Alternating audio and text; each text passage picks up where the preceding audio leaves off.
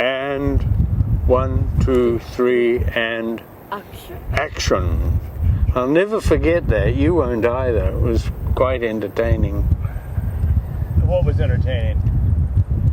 When Chara and I, when we were extras in the movie The Rescue, that was a Disney production about a rescue of some airmen in North Korea, and it was filmed in New Zealand.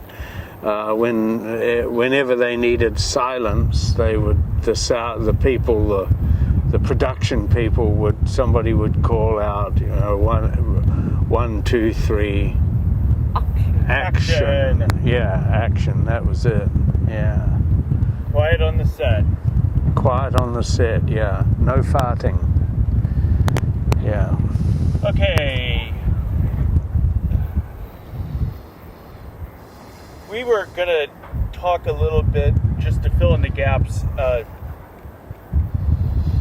A lot of you guys ended up there. You obviously ran away from a family business.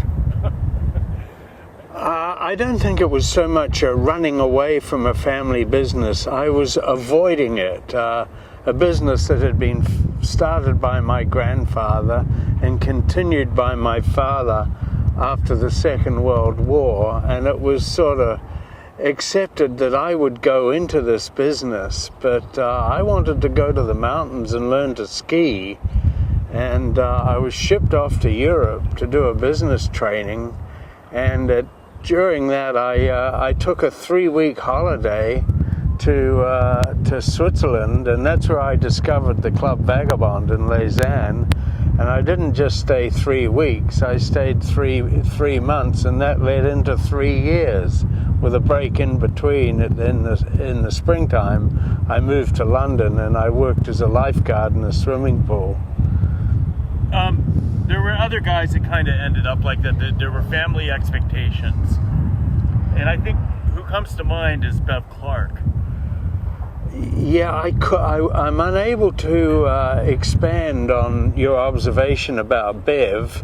I just knew him as somebody who kept turning up in the high mountains of the French-speaking part of Switzerland, and liked to hang out with all the climbers, of which there were quite a few who were world-renowned and were starting to do climbs that were exceptionally difficult and newsworthy, and they were being successful on these climbs. But I don't know what Bev's scene was. He had a wife and a little boy. I think his boy's name was Alexander, and they were in London in Berkeley Mews. And Bev would turn up sometimes with one of his beautiful vehicles. He drove exceptionally nice cars, but he was there for the lifestyle and the climbing. So there's what do you know about Andy Williams and Spider Savage's wife? She got her start in Lausanne, Claudine Langer. Yeah, Claudine Langer. Yeah. As I remember it, Claudine Langer turned up in the town where the Club Vagabond was located, and she was hanging out at the Club Med, a building called Les Chamois, and the dance floor was in the basement, and there was some notorious activity that I believe took place that filtered back to the Vagabond about where Claudine and her sister Danielle, and there's possibly a third person involved, were... Okay, let's start that over again. Bring it up a little bit. Up. Right there is fine. Now talk, Mike. Yeah, and to start from the beginning, Alan, or... Yeah, I'm having some weird problems over here. Okay, go talk. Right, and Claudine Langer and her sister Danielle turned up in Lausanne in Switzerland, where there was a big Club Med hotel called Les Chamois. And Les Chamois had a dance floor in the basement, and there was some X-rated activity place there. I was never witness to it, but I just heard about it, where these two girls took on something like 30 Club Med instructors, and it's possible there was a third person involved with the activities. But having not been there, I wouldn't like to give details, but I do know the girls were dancing topless, and things developed from that. Okay. Okay, we've done the Bolander film, I think, haven't we? We went through all that. Can't remember. Okay, so Tom Bolander shows up with Jimmy Riddle. Yeah, that's right. There were a couple of long hair, blonde hair. Say their names, Tom Bolander. Yeah, Okay, so yeah. let's start there. Tom Bolander and a guy called Jimmy Riddle turned up on a little scooter, an Isetta Italian scooter, and they turned up, and they both had long blonde hair, and I know Tom had been in Vietnam, but his hair would have grown out by then. But they turned up, and can't remember just how long Jimmy Riddle stayed, but Tom stayed on for quite a number of years and learnt to ski. Tom and I learnt to ski together, and our first coach was Courtney Richards, who'd been on the ski patrol as a teenager in Alta, Utah, and but Tom stayed on, and he and I worked the bar together at the Vagabond under the guidance of Brian Rogers, a Canadian architect. And then after a winter of doing that, Tom decided that he would like to make a ski movie, which he did. And that's when Hilton Cranston Whitaker, he was going to be involved, but he was unable to come up with the finances that were required to make this ski movie, and Tom financed the whole thing himself. I certainly had absolutely no money whatsoever, and but Tom financed it himself. His father had been head of Delta Airlines in the 60s, and there was some money there, and he got hold of his share of it and proceeded to make a ski movie called One Left Skier. And I believe a lot of it revolved around the life of ski bums, and Paul Murrell was the one left skier who was left over. Okay. Head ski commitment. I'm just trying to fill in some dregs, some stuff here. I can go into head skis when they all drove over to Davos. Yeah, that's what I want. That was the next one. Yeah. Let's take a quick break and talk about that before you go on. Before you take a break, can I take a photo and you hold this one? Why don't you have him just hold it? Yeah, just okay, give it to me, and you. Yeah, I'm holding it for myself here. Yeah.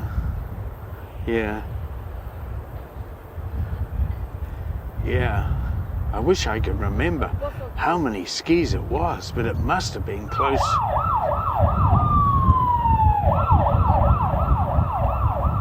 Okay. Cheers. Okay, so what was a typical day like? Well, during the winter, My typical day would be. All right, my typical day's work would be to come to the bar as early as I could get up in the morning. I would be there between 9 and 10 and just make sure it was all cleaned up, because there was a lunch shift, and we rotated so that we could ski. And the bar would open just before dinner, normally about 5 o'clock, and then we would shut it down when dinner was served. And then as soon as dinner was off the table, the bar would reopen, and it would be pandemonium, because everybody would rush to the bar when the place was full, and wanting to have their beer stein refueled or wine glass replenished. and the bar would be just full on until 1 or 2 or even 3 o'clock in the morning, and then we would close it up. We'd clean it and wash all the dishes, but there was always extra cleanup to do in the mornings. But we managed to ski a few hours most days, all of us, and it was usually sort of a night on, a night off, and we had lady dishwashers who would come and help behind the bar. Okay. Now, a typical day, if you weren't working, what did you do on days off? Well, sometimes Tom and I would take his little scooter and would go all the way down to Aigle and do our laundry, or would go touring around on the scooter. This is before he purchased a Volkswagen Combi van, you know, one of these camper vans, and down at the factory. I think the factory may have been Stuttgart. I know. Yeah, but a typical day would be usually skiing, but in the summertime, again, it was different. We'd go and watch the climbers. The climbing school would be giving classes in the quarry. That was the International School of Modern Mountaineering that was founded by John Harlan, and then when he was killed on the Eiger, Dougal Haston took it over, and climbers were coming in, particularly from North America.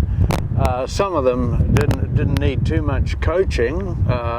You know, these were competent climbers, and then there were resident American climbers like Royal Robbins and Yvonne Chenard, and they were all around. But the other climbers who were involved with it were instructing and teaching people different techniques. Okay, quick break. I need to check something. Okay, go. Yeah, after about 3 years around the Club Vagabond in Lausanne, I went back to New Zealand via London. I stopped and spent a couple of nights at Bev Clark's place, and I was in awe at the quality of his cars that he had. He had apart from his racing Minis and Lotuses, he had an AC Cobra. But I went back to New Zealand and I gave it a shot of joining the family business, wearing a suit and a tie every day, after wearing ski boots or no shoes at all. And after 3 months in New Zealand, 6 months it was, I wanted to be back in the mountains, and I had an opportunity to go to Aspen via Canada. And I went to Banff, Canada, to Sunshine Village, and did an instructor's course there with another vagabonder, Timmy Doyle, who was later killed on Grizzly Peak in Aspen, climbing, with a Swiss called Peter Bielefelter. But yeah, I moved on and went to Aspen and obtained a job at Sport Obermeyer, and I was there for about 6 years. That was 1969, 1970. So you get to Aspen, and you worked at Hexel and Obermeyer, and then you started going back and forth from South America and river rafting. Or did you actually work as a river guide? Yes, I did. After my first winter with Obermeyer, I was sort of a loose end, and I asked one of the guys that had worked with me in Switzerland, Gary Hansen from Thief River Falls in Minnesota, and I said to Gary, "What are you going to do this summer?" And he said he had no idea. So I said, "Well, let's go down to the Amazon and have a look at that," which we did, and we picked up an old truck. I think it cost about $150, this vehicle. And we drove from Aspen to Panama, parked it, flew into Bogota, Colombia, and then took a light plane into the heart of the Amazon. Spent 6 months traveling around down there, and then went to Lima, Peru, where lo and behold we ran into Paul Murrell, another avid traveler, who'd been in the Tom Bolander movie. And then I came back to Aspen, and I was there. And the fall was the busiest time working for me in the ski industry. And I'd work for Obermeyer and ski, spend my winters sort of September on, packing orders and working with Obermeyer, ski the winters, and then I'd repeat it again the next summer. But on this Amazon trip, we were coming back through Central America, and we found that we could buy property in Costa Rica, and we bought a whole beach it was about a quarter of a mile long on the west coast near Golfito in Costa Rica, and we bought this property for $371. I'm not exaggerating. It was available for a song. Anyway, my buddy ended up living there for 5 years, and I would join him every summer for 3 or 4 months. But at the end of every winter, because I was spending my winters working and skiing in Aspen, in high water, we would do quite a lot of river rafting, basing out of Moab.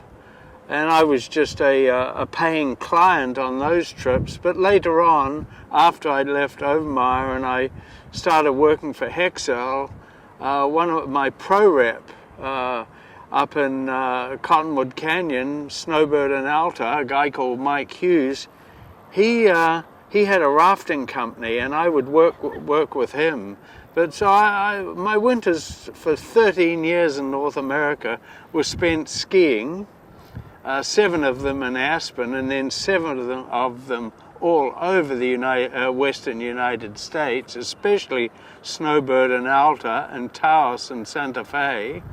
And I had a territory when I was with Hexel, which was Texas and Oklahoma, and it was their oil money that financed many of the ski resort developments in Utah and Colorado. Many people don't realize that. There may be no skiing in Texas, but there's all sorts of people like Dick and Harry Bass. Harry Bass was the main financier at Vail Associates, I think it was called. And then Dick Bass, his brother, really built Snowbird, with the big telecabine. And I got in a lot of skiing. So that's good. Do you want to get into maybe there's a couple of stories here we could talk about. We'll do some more tomorrow at the house, what we don't get to today. Let's do, I thought that story about going to Steamboat was hilarious. Oh my goodness me. So, and I want to do these just because it fills you out as a character. So you guys, somebody, I believe it was Gimpy Yeager? Yeah, in Aspen, in the off season, where in between going traveling or doing something, there was a couple of cowboys called Gus and Gimpy who had a ranch near the Snowmass turnoff, and they'd have these keg parties. And at one of these keg parties, I can remember Judge Mary Johnson, who was the judge in Pitkin County. They actually kidnapped her and took her out to one of these parties, and there was the judge standing there drinking white wine, and there was about a kilo of cannabis on the front table. This was Aspen, a liberal town, and when Gimpy moved to Steamboat with his wife Diana, he invited all his old friends from Aspen over for the housewarming party, and me and Gary Phillips, who was also at the Vagabond with his dog Sam. Okay, hang on. Stop. Sorry.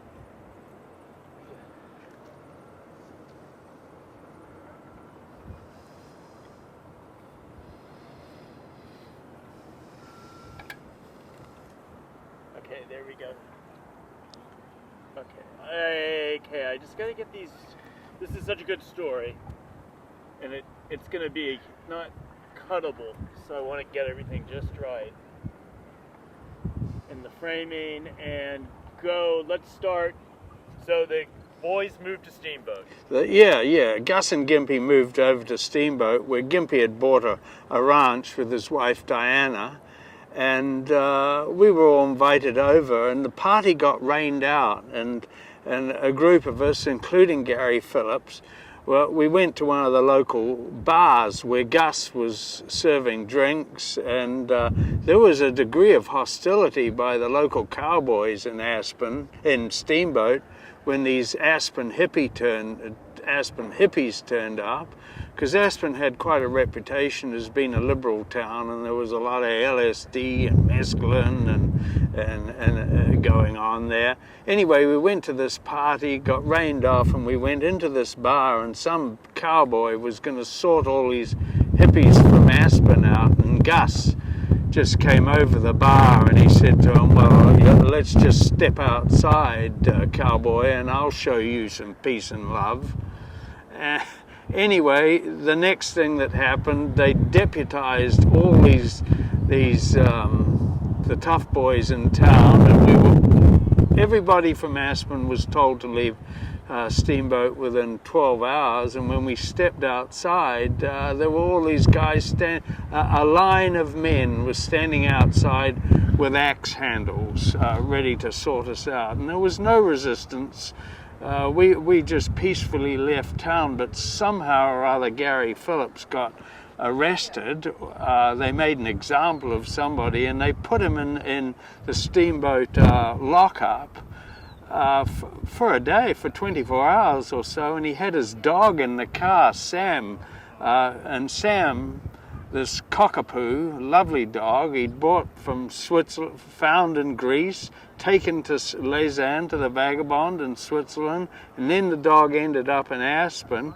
And while Gary was in this in the jail in Steamboat, the dog was locked in the car, and Gary was asking him, please let me give my dog some water, let me give it something to eat, let me let the dog out so it can have a pee, and they wouldn't do it. And finally, when Gary was let out,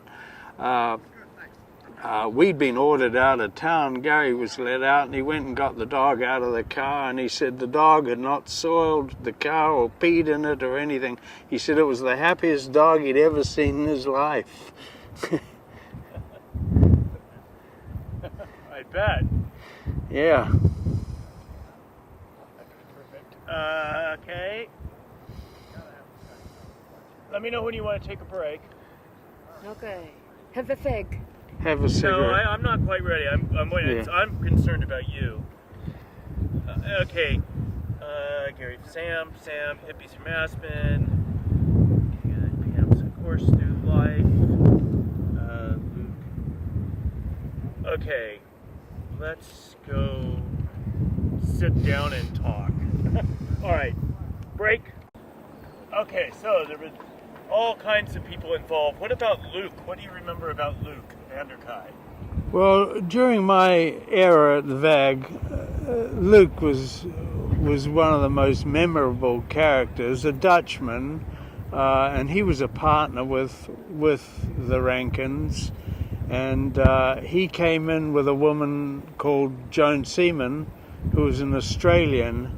But Luke was I don't want to call him a closet homosexual, or he wasn't a shrieking poofter either.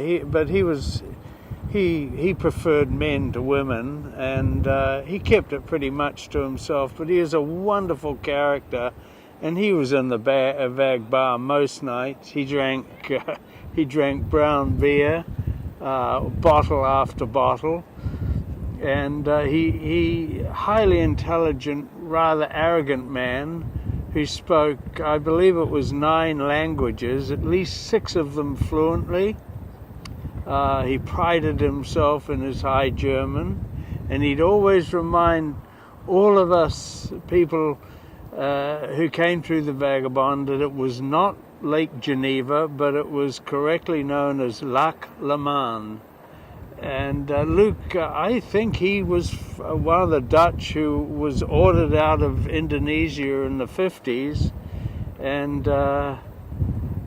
he never talked about that particular part of his past, but he was a regular at the bar. He had an young Austrian man who was called Horst, and who was his lover, and they were all good skiers. And Luke was actually one of the first people to ski the Tasman Glacier in New Zealand, in a government promotional movie on skiing and tourism, using a man called Wiggly's plane. And Wiggly was the person who invented the plane that could land on snow and with a retractable ski that could then land on an airport.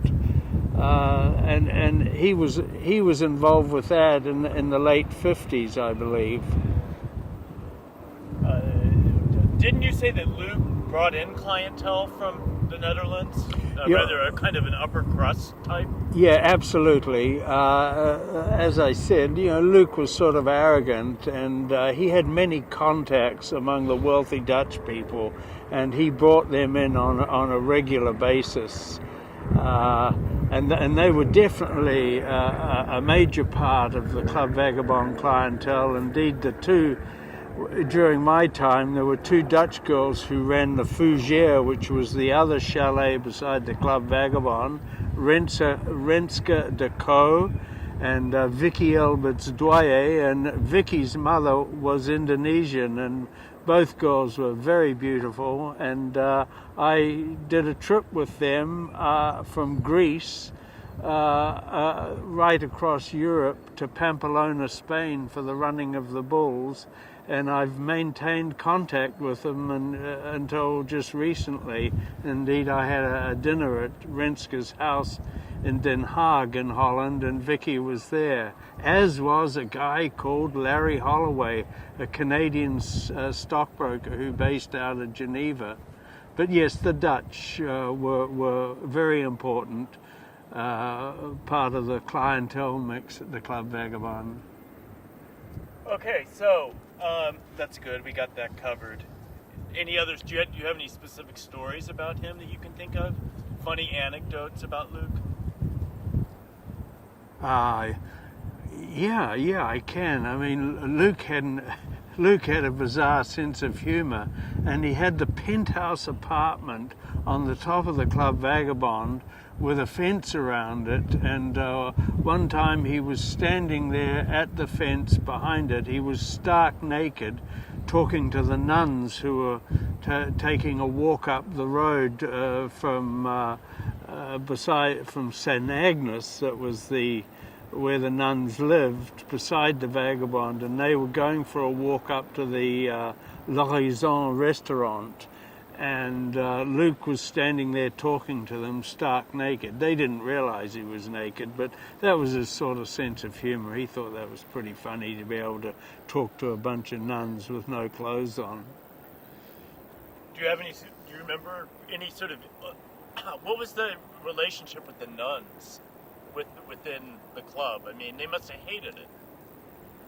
Well, yeah, they did, and Luke was sympathetic to them, and Luke would often go down to the basement bar where the jukebox was and the dance floor, and he would turn the jukebox down. There was a little switch at the back of the jukebox that if you triggered it, you could lower the sound, and he was sympathetic to these quiet ladies who in St. Agnes, but they kept to themselves and we kept to them ourselves. But the noise of the jukebox would have disturbed a few people had it not been monitored by Luke. But the nuns never gave raising hell, like keep quiet, or did they ever complain? No. Not to my knowledge, but yeah, they could have said a few things. You know, one of the things I remember was the bank manager who Alan dealt with, and he used to come up to the bar every so often, and he'd get absolutely smashed. And one of us would take him down to the bank in the village, and he would sleep in the bank vault. He'd go into the bank vault and lock himself in so that he didn't have to deal with his formidable wife. All right, climbers. 1 minute adjustment here going on. I'm going to do. Okay. So, do you remember Don Willems? Very well, and Say Don Willems. You know. I remember Don Willems very well, and his wife Audrey, and Willems was a regular at the bar when he was in town, and the thing I remember most about him was he was the only person during my time on the bar that could actually drink 20 pints of that very strong Beauregard beer in one sitting, and he'd do it on a regular basis. He was a formidable beer drinker. He wasn't a big man, he just had this capacity to consume this beer, and he'd come in and he'd put a 20 franc note down on the bar, and he'd buy, I can't remember, bar card was 5 francs, 5 francs. Yeah, and he'd buy 4 bar cards, and they'd be all punched out, because we didn't deal so much with cash per drink, but a bar card was punched out. And I remember him regularly going through 4 bar cards in a night, which was about 20 pints. He really could consume beer. And he was a funny guy. Yeah, he had a dry sense of humour. He was a bit cynical, a tough little guy. And I asked him one day, really what it was with regards climbing that attracted him, because when I first met him, he was already had a reputation as one of the top Himalayan climbers. And I asked him why he did it, and he said, in that sort of accent of his, he said, Mike, it's just a job, one foot after the other. Okay, let's see what we got left. We want to talk about the painting, Paul Merrill. Yeah, so they renovated the bar after your first winter there. So they hired some of you guys, you and Paul Merrill and Leighton Core, right?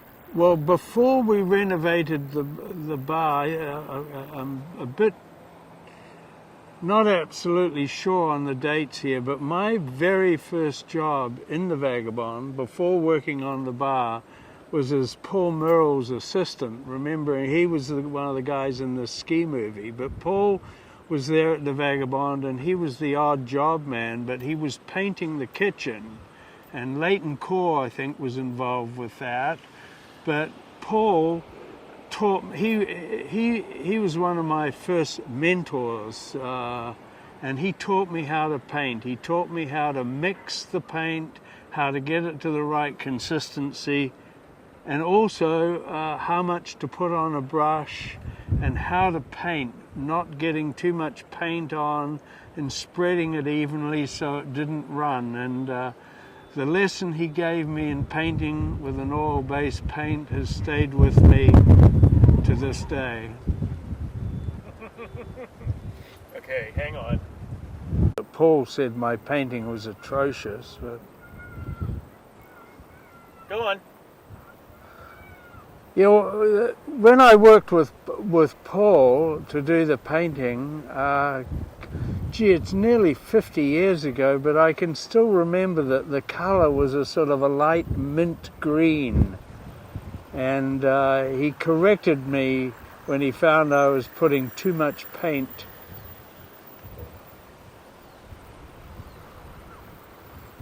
Diesel makes a lot of noise. Yeah.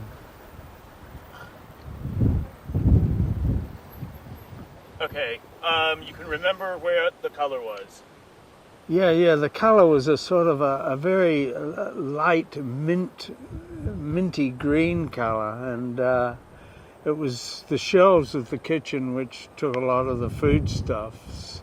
And that was when we were renovating the kitchen, or painting the kitchen, and that was before we moved on to the main renovation for the club, and the installation of keg beer to replace the bottled beer.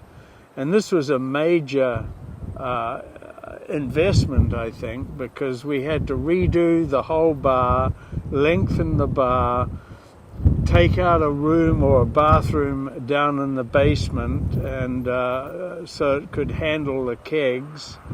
And the kegs were delivered every other day by Migros, and the delivery man insisted that the stairs be clear of ice. And that was one of the first times I met Leighton Core. He'd been around a little while, but Leighton, with an ice pick, used to clear the ice off the steps after a snowfall, so these numerous kegs could be delivered. They were about that big and sort of quite heavy, and you'd take them one at a time down these steps, and they couldn't be shaken up, because when the beer came up from this basement up underneath the bar through these plastic tubes, it would foam a lot, and so the kegs needed to sit for at least a day before we would tap into them.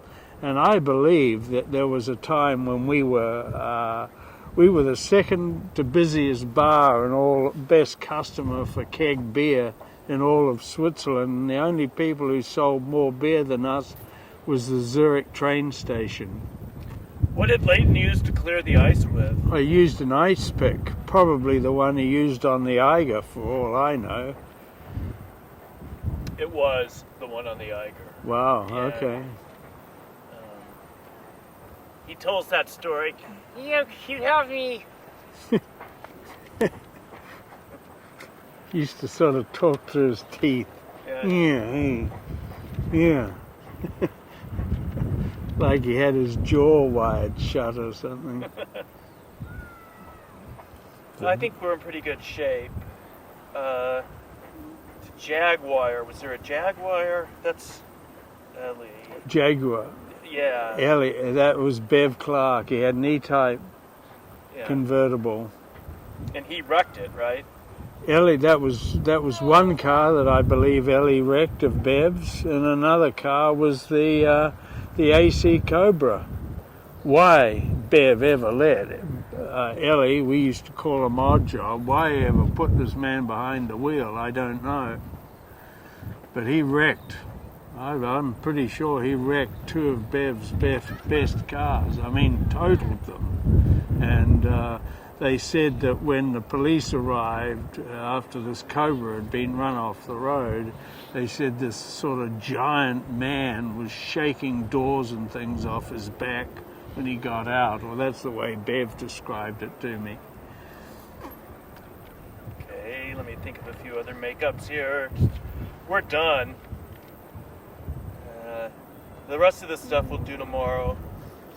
Ginger, Redford. I want to do the Redford story tomorrow. Your take on the fabric of life. Yes. And the discussion to be had in the hot tub. Right, okay. Okay. All right, yeah. Any time. Send you back. I think we got everything. I have 4 hours now, as of right now.